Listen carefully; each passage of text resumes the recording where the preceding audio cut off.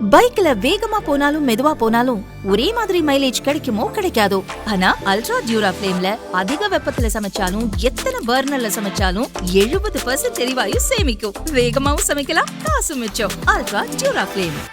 பீகார் தேர்தல் முடிவு அனைவருக்கும் பாடங்களை வழங்கியுள்ளதாக முதல்வர் ஸ்டாலின் தெரிவித்துள்ள கருத்து தமிழகத்தில் காங்கிரஸ் உள்ளிட்ட கூட்டணி கட்சிகளுக்கான எச்சரிக்கையாகவே கருதப்படுகிறது.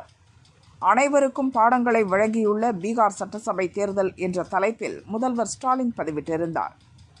அதில் நாம் சொல்ல வேண்டிய அரசியல் ரீதியான செய்தியை தெளிவாக மக்களிடம் சொல்வது, இறுதி ஓட்டுகள் பதிவாகும் வரை அர்ப்பணிப்புடன் தேர்தல் பணியாற்றுவது என பலவற்றையும் ஒரு தேர்தல் முடிவு பிரதிபலிக்கிறது.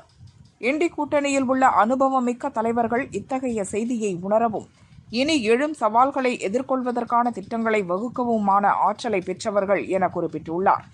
இது பற்றி திமுக வட்டாரங்கள் கூறும்போது, பீகார் தேர்தலில் காங்கிரஸ் 6 தொகுதிகளை மட்டும் வென்றதால் தமிழகத்திலும் காங்கிரசுக்கு 11 தொகுதிகளை மட்டுமே ஒதுக்க முடியும் என திமுக மூத்த தலைவர் RS பாரதி மகன் சமூக வலைதளத்தில் பதிவிட்டுள்ளார்.